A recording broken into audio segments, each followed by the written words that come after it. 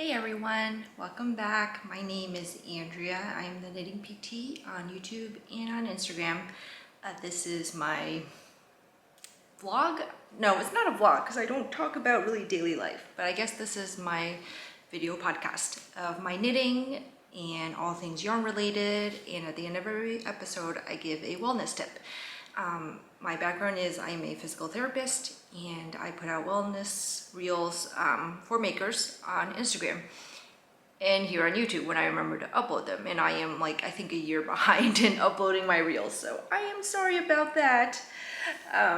Yeah, so it's been a while since I've been on here. Actually, before I even get into that, everything that I talk about, all designs, yarns, dyers, all that stuff is all linked in the description box below, along with my Ravelry page for projects, my website for if you're interested in doing a virtual ergonomic consult with me on your knitting or your crocheting or your sewing or personal training, as well as my shop, which has videos, and my, what else? My Patreon page and my Ko-Fi page. I think that's all linked, yes. I did want to talk about an update to my website. I don't remember now if I talked about this in my last episode, so if I did, I'm sorry. But I have since updated my website where you can become a member and gain access to videos for a membership fee of $10 a month. There's a discount, you sign up for a whole year, and this will give you access to all the paid for content that is on my website that you can also buy individually if you don't want to do a subscription. Right now I have 4 videos up that are on demand for purchase. There's a neck rehab series video, a TMJ rehab series video, and also 2 short videos, 5-minute videos for just releasing tension in your hands and also your neck. Okay, so if you're interested, check it out at the link below. So back to what I was talking about. It's been a while since I've been on here. I think it's been at least 4 weeks since I last recorded. Sorry, I am hot, so I'm just gonna put my hair up instead of fiddling with it nonstop.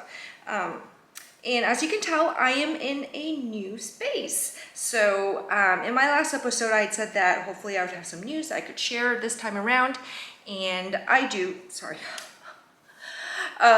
And I do. I have moved, and I didn't say in my last episode because we hadn't closed yet on our home, and long story short, we've had some adventures with finding a new home here in our new state. I moved from Texas up to the tri-state area at the end of last year, and we've had quite an adventure finding a new home, a new permanent home.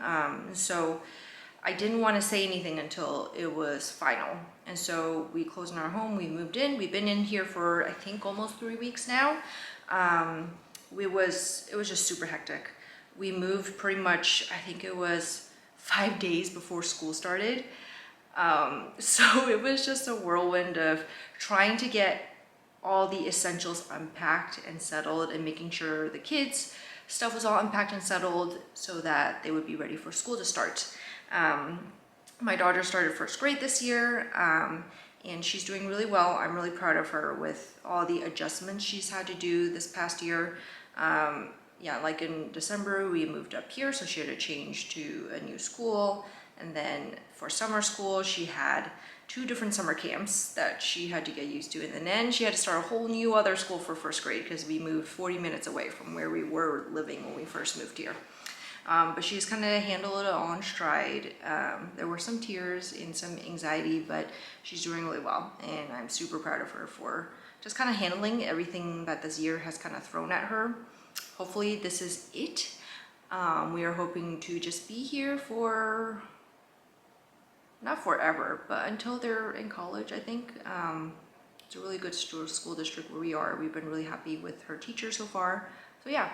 My toddler just started daycare today, and that's the main reason why it's been a while since I filmed. I was hoping to film probably like a week after we moved in, but his daycare start date got pushed back. It's a brand new location, and so their opening date got pushed back. So he did not start until today. So this is the first moment I've had in probably like 3 weeks to myself without any kids around.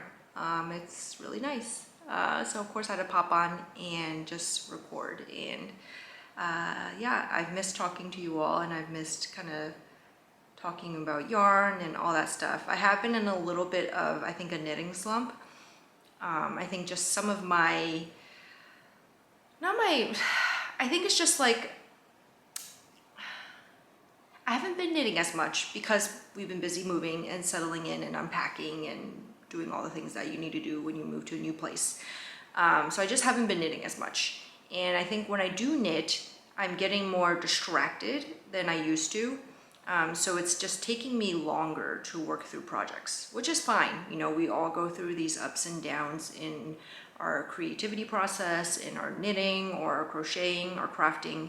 You know, it's natural to have these ebbs and flows. So I'm just kind of a little bit in an ebb right now, which is fine. And I think what I am planning to do to kind of not force myself out of it, but just kind of just change things up a little bit, is I am going to take a small step back from test knitting. I'm not going to really test knit much for the rest of the year.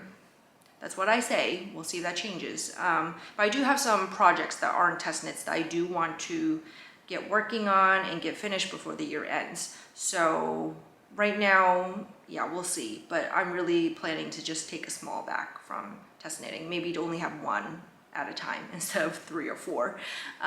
Yeah. And as you can see, I have all my yarn behind me. It was actually one of the last things to be unpacked, my yarn. Well, actually, that's not true, because most of my office is still unpacked. A lot of my personal things are still unpacked. Not unpacked, packed. They're still packed. They're not unpacked yet. And part of that is that, so for the first time, I have my own office space. And it's an office / craft room space, and I'm really excited about it. But I just don't really have any furniture, so everything's still in their boxes because I just don't have anywhere to put it. The yarn is unpacked because this room came with this lovely built-in cabinet that's behind me. It is huge. It is perfect for my yarn size. As you can see, I clearly don't even fill it up all the way. Which I'm telling myself is a good thing. Like, I'm not trying to fill it up all the way, right? Yeah. And so, yeah, I guess we'll talk a little bit about how I decided to organize it. So here on my left side here, I have all my sweater quantities. And these are just, sweater quantities of yarn. I have it in color, kind of like in a color gradient. You can't see the very top. On the very top, there's another section to it, just like another shelf really up there. So up there I have like more of my light pinks and creams, and I have all my sweater quantity of neutrals kind of up here, which you can't see either. Let me see if I can just tilt the camera just to show you. There you go. Yeah. I'm just making sure the camera's focusing. Yeah, so all sweater quantities here, and I have up here just like some small sets, like, so this is a Green Letter Day blanket set. This here is the Explore Knits Ireland tonal collection with Freezy Pop, which is from her Ice Cream Social collection. And actually, I don't remember if I think I got it. I don't remember by now like what has arrived since the last time I filmed. So yeah, but I don't think I showed you this. This is Freezy Pop, which is a beautiful mint green, sea green tonal. This beautiful label here. This is on Cashmere Cavern Sock, which is 80% merino, 10% cashmere, 10% nylon.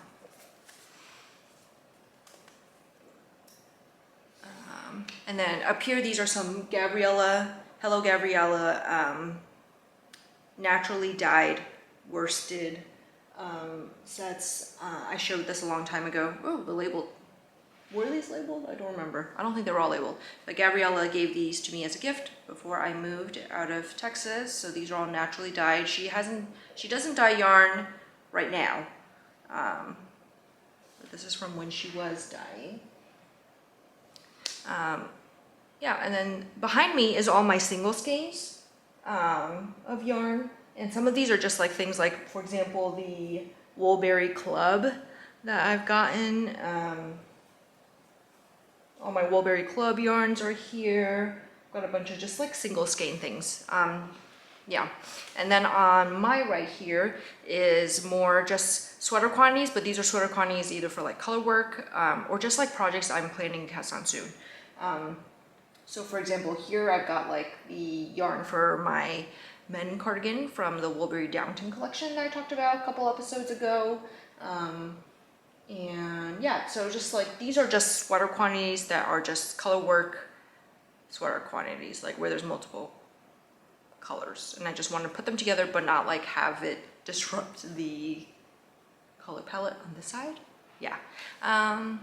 So yeah, it's really nice to have it all out and to be able to see it again.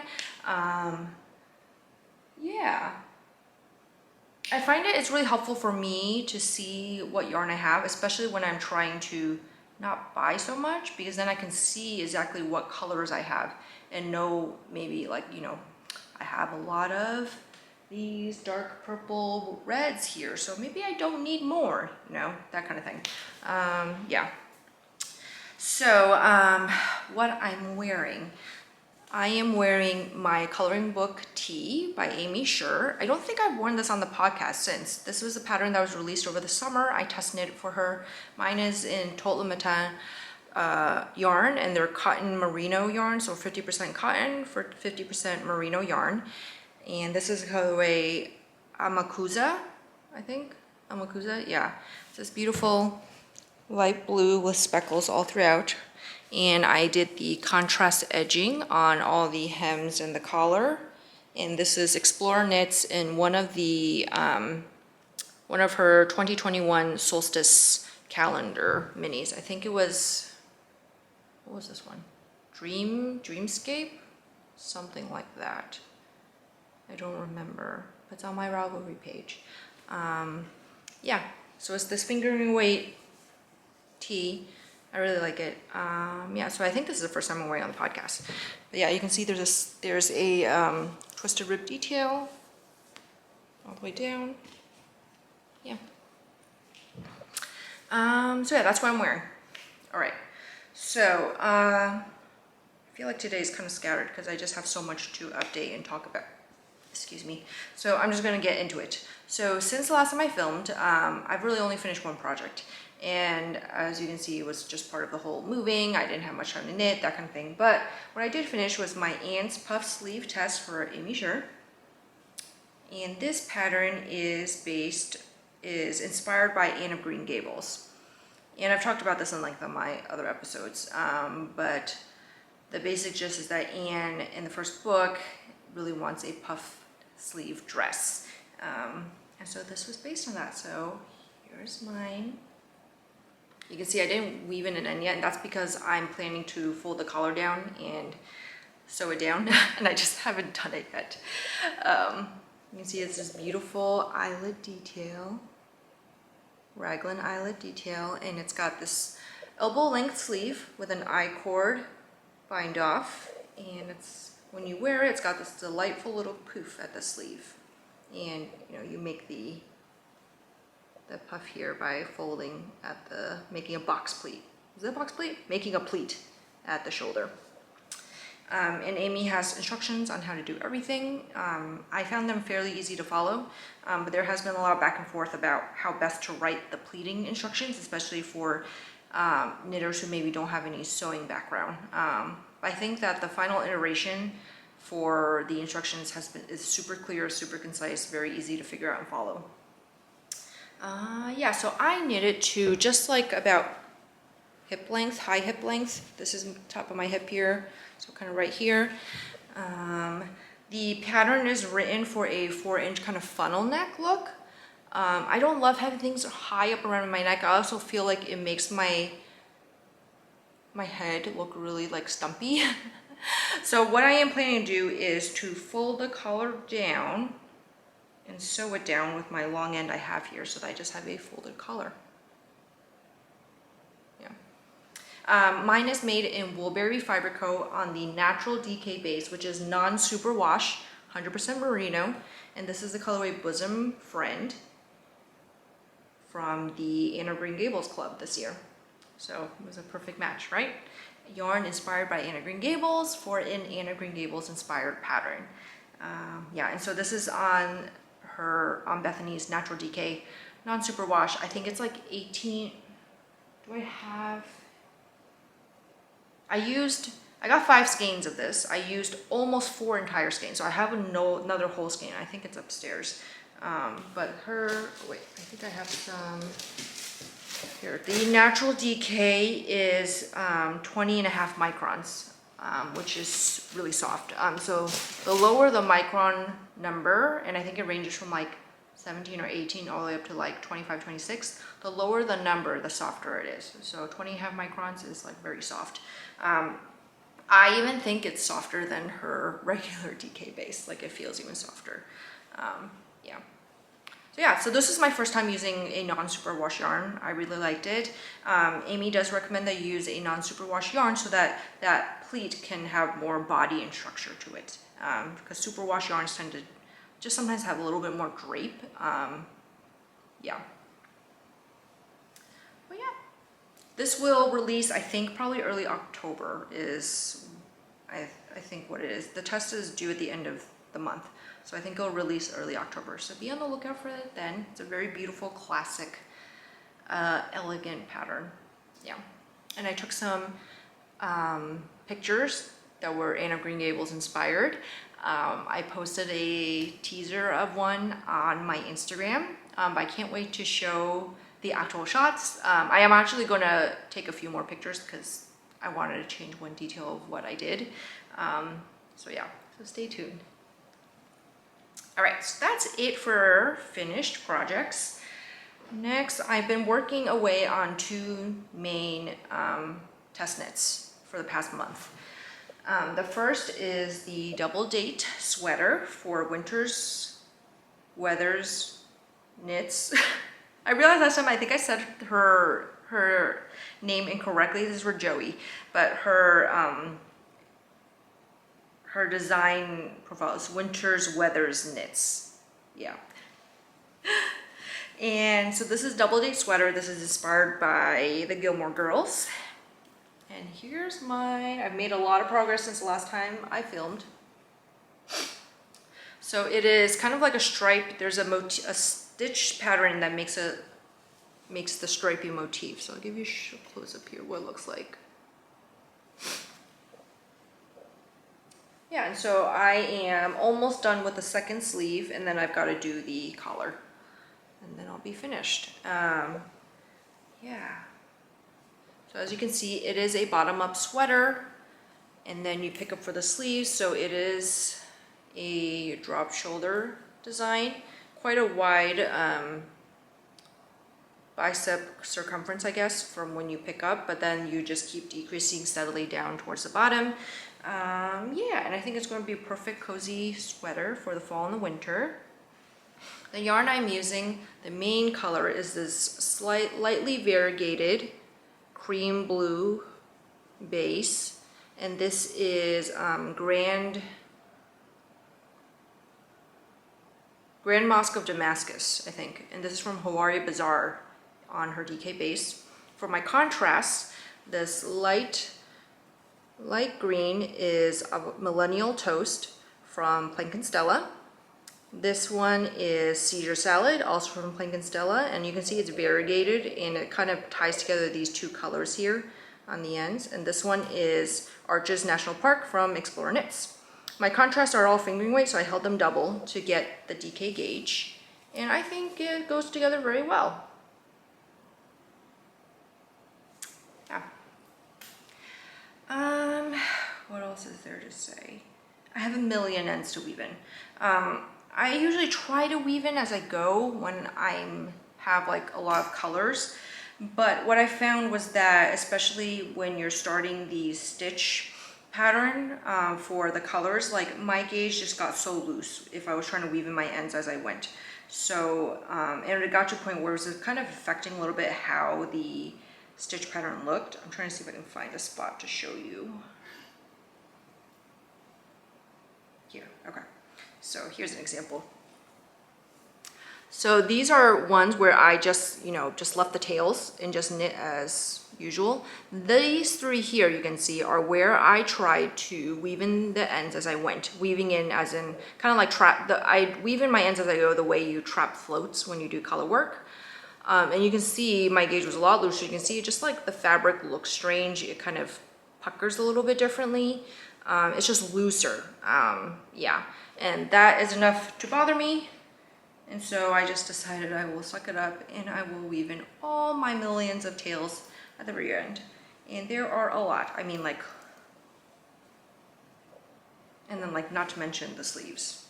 Like the sleeves have a million ends too.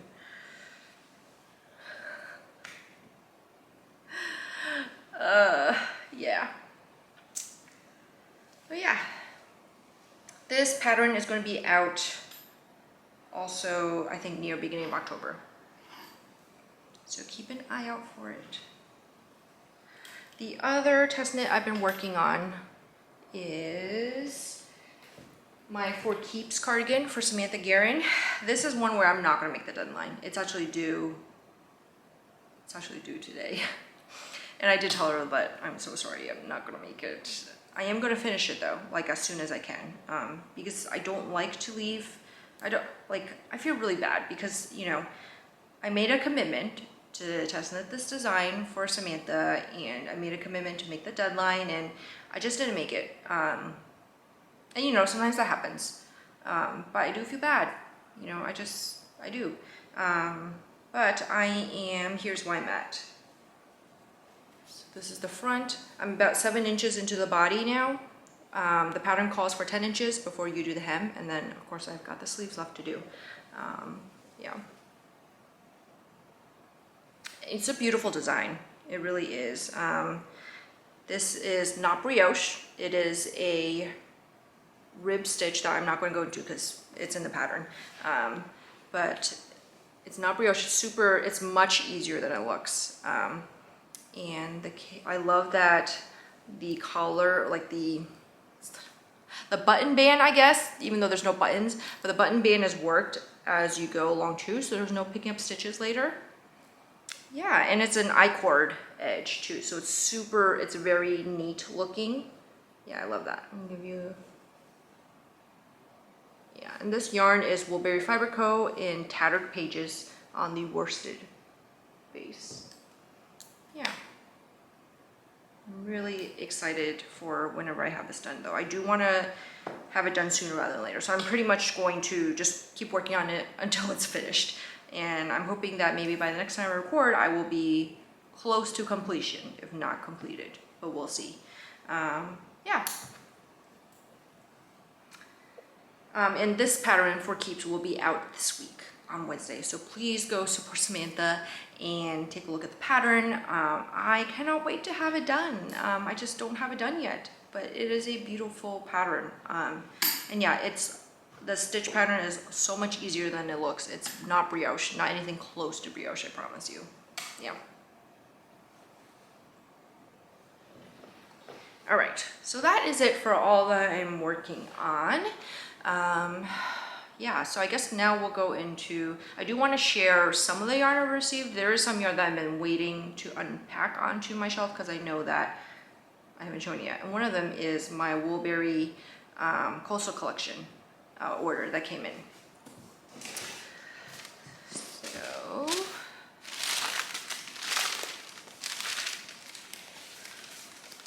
first, I did get a good amount from this collection too. So first I got Island on Cashmere DK. You can see this beautiful, I don't know how even to describe it. It's like it's definitely like a yellowish green more so, or maybe a yellowish orangey yellow. I don't really know how to describe it. And I got 3 skeins of this to make the home tank. I think it's the home tank by Cadre. Home camisole, yeah. There's that. I got 1 skein of Seashore on DK. This beautiful blue with lots of variation throughout.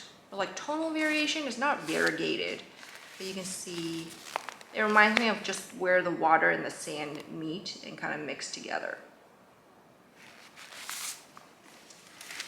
And I also got Pacific on DK, and I think I have to look at my notes that are somewhere on my computer, but I think I got the Seashore to hold with, to use with Pacific for a Colorworks order. I just don't remember what it was now. So this is Pacific, and it's this beautiful light, icy-ish, light, not icy blue, light sea blue. I really like this one. So I got these to go together. Yeah, here, I'll hold up another one to show you. I really love this one. Then I also got Coral on Natural Decay. This is beautiful light pink. If you've ever seen Wolbury's Peachy Keen, because I was looking at this and I was like, oh, it kind of looks like Peachy Keen. I have Peachy Keen somewhere up here, but when I held them together next to each other, I could see definitely that Peachy Keen is definitely peach, and this one is more pink. But it's this beautiful light pink, very light baby pink. I got a skein of saltwater taffy on merino sock weight.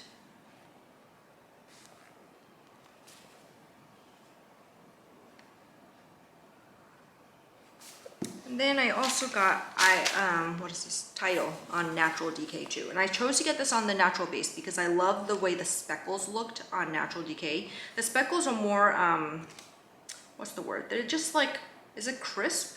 They just like stand out a little bit more, and they're less like blendy in than, so for example, this is Island on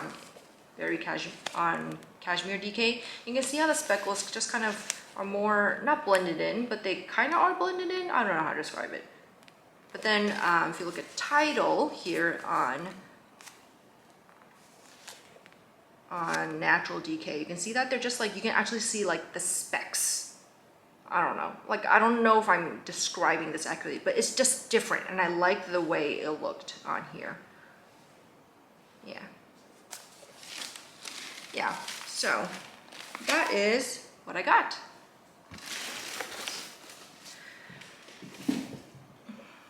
I also did get my Camellia quarterly subscription yarn. And in it, it was on the Merino Sport, and this is on 100% organic merino wool. It's 328 yards sport weight, 3-ply, non-superwash, and this is a new colorway, Amber Honey. And it's this beautiful light brown with kind of like a, it's as if it was amber diluted, like a rich amber color that's been diluted and lighter. Yeah, this beautiful kind of earthy color.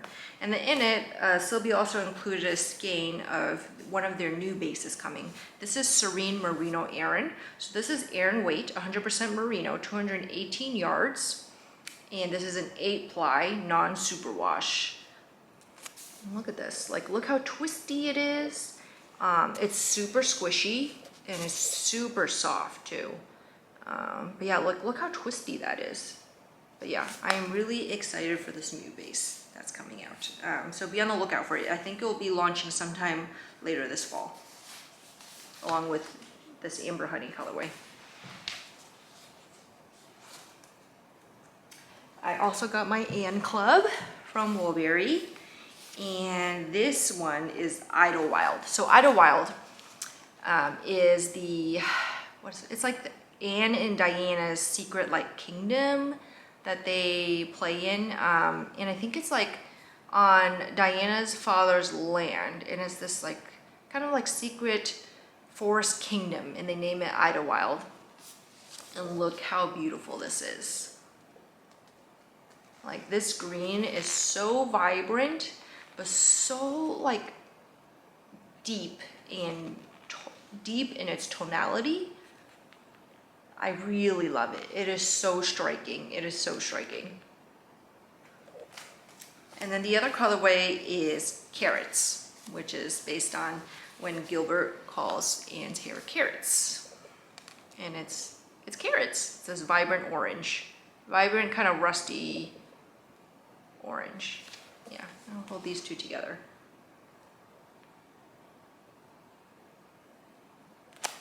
Yeah.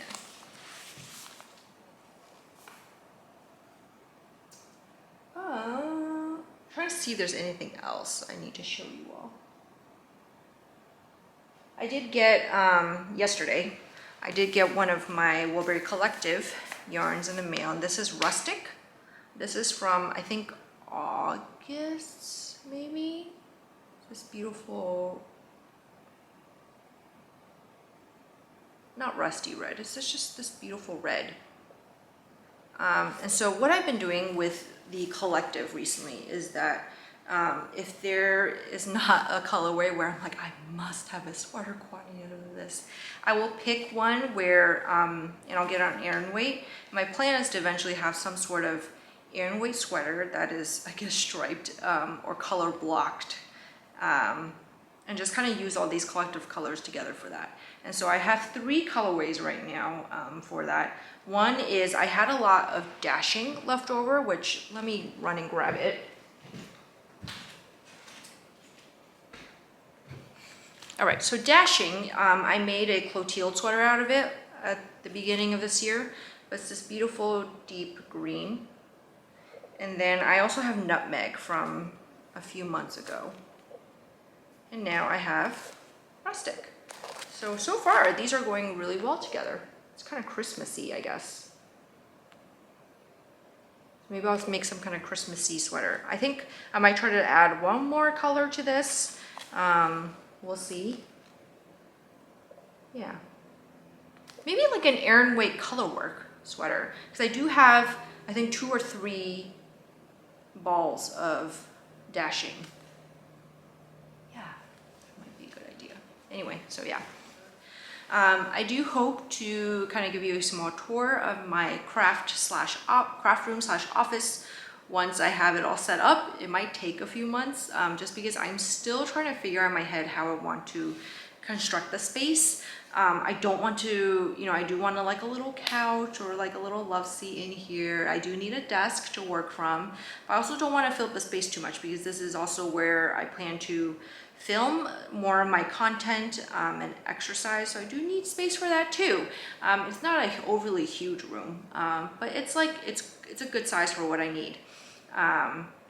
Yeah, so hopefully before the end of the year, I'll be able to give you a small tour of my new space here. But in the meantime, I hope you do enjoy seeing all the yarns behind me.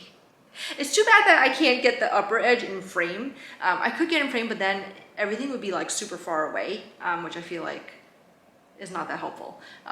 Because that top part is just so beautiful with all my neutral colored yarns up there. So my wellness tip for you this episode is to just talk a little bit about blood flow. And what I mean by blood flow is just encouraging blood circulation to parts of your body. And because we're talking about crafting and this is a knitting podcast, I'm gonna use my hands as an example. So when our hands are feeling kind of achy and tired or stiff, or you've been kind of using them in one position for a long time, like if you've been knitting for a long time, crocheting for a long time,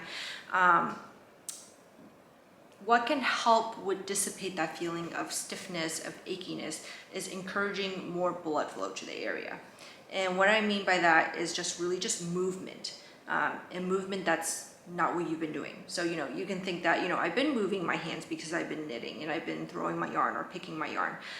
But that is not quite movement in the sense of just, that's more static movement, right? We're holding our hands in the same position. But what I'm talking about is more dynamic movement where you're actually moving through ranges of motion.